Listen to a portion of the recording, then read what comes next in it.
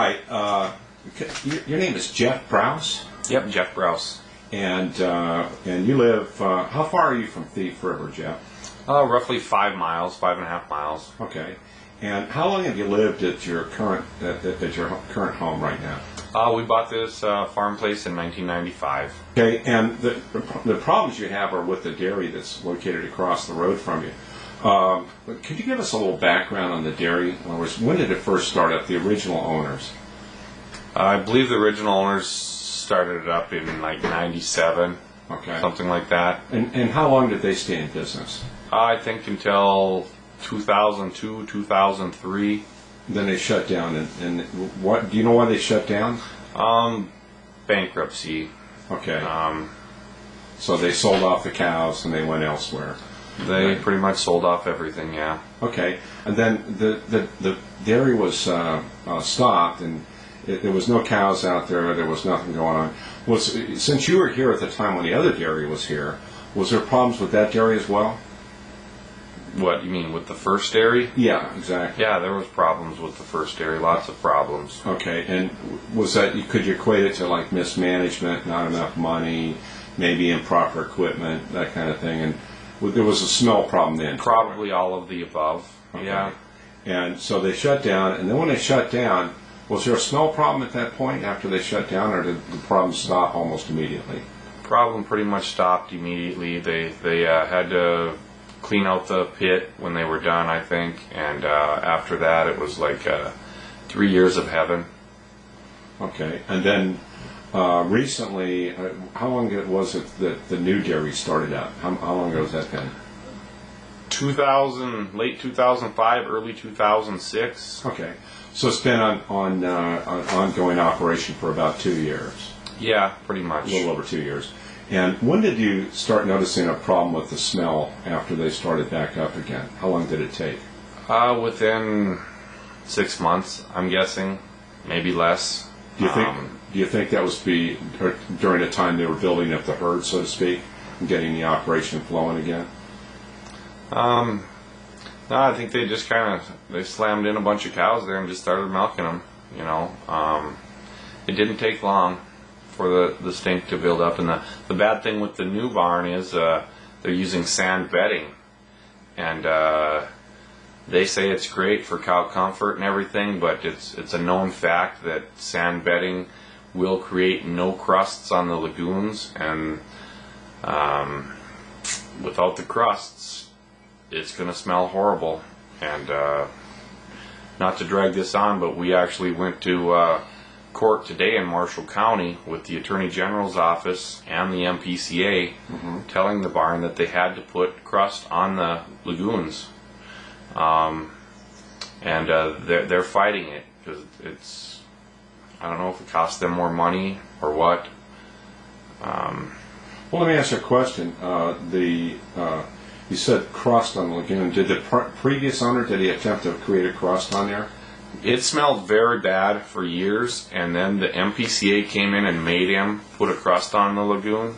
And after he did put the crust on the lagoon, it helped. There were still bad days that were bad, but it wasn't like every day was bad. Like right now with the sand bedding, every day is bad. It just depends on which way the wind's going. Well, so when you say every day is bad, so what about on days where there is no wind? What's it like then? Then it will get bad, especially in the evening. It'll kind of like hover out away from the lagoons. So it kind of creeps along the ground level.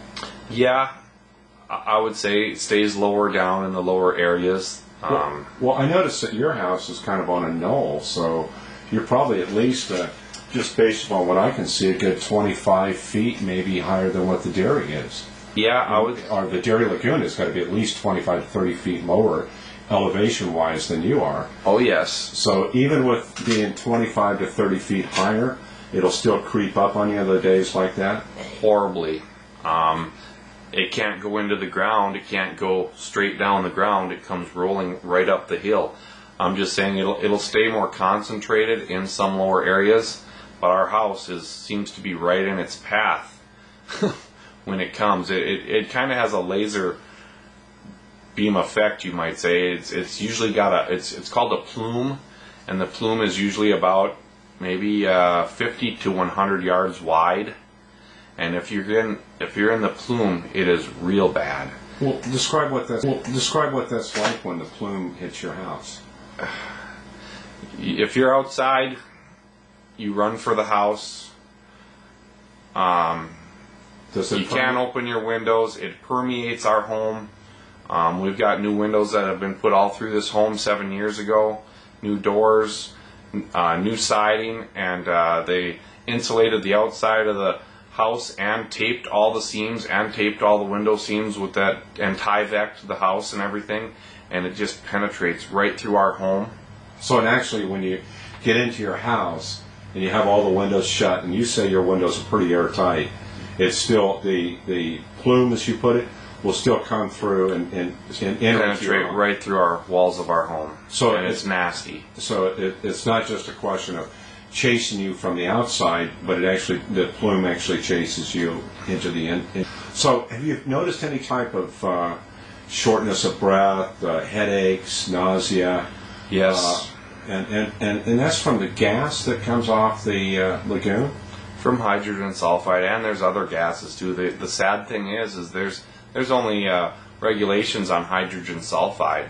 You know, there's lots of other gases and components that make up these nauseous smells, but the hydrogen sulfide, there's a standard on it from the state of Minnesota and some other states too. What you said? Okay, the state of Minnesota. Have they done some testing out here, or I mean, what's been? I know that they're working to try to get an injunction, but what's been the results of their testing?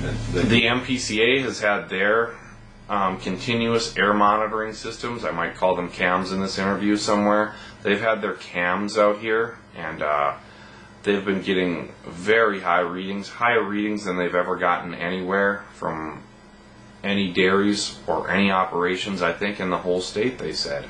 Now, this dairy is owned by, what's the name of the company again? The Dairy Dozen, LLC. Okay, LLC. And is this the same dairy that has one, they have one down in South Dakota? What is it? In Veblen, South Dakota. I believe they also have New Horizons. Okay. I believe they have a dairy in Milner, North Dakota. Yeah. Well, that's a good point you bring those two up, because our local leaders, they went on a tour of a dairy in Veblen and in Milner, and it was back in March. And everything was pretty much frozen over in March in North Dakota, still frozen over. Oh, yeah. Do you think the timing of going to a dairy to inspect it in March is quite a bit different than going there, say, like in this month, the month of July? I would call that a fluff tour. A fluff tour? Yeah, they did the same thing with our county commissioners and people that wanted to go tour the dairy, and boy, they said it's great down there, and everything's going to be great, and boy, I think the county commissioners and the county feedlot officer now have a total different respect of what it's actually like. They've turned a 180.